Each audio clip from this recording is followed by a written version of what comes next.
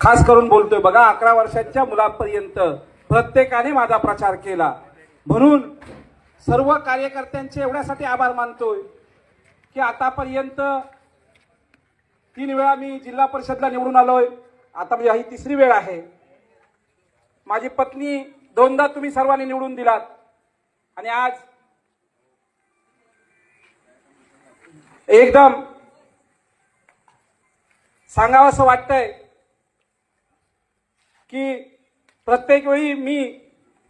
जिल्ह्यामध्ये 1 नंबरचा मताधिक्य घेऊन निवडून आलो।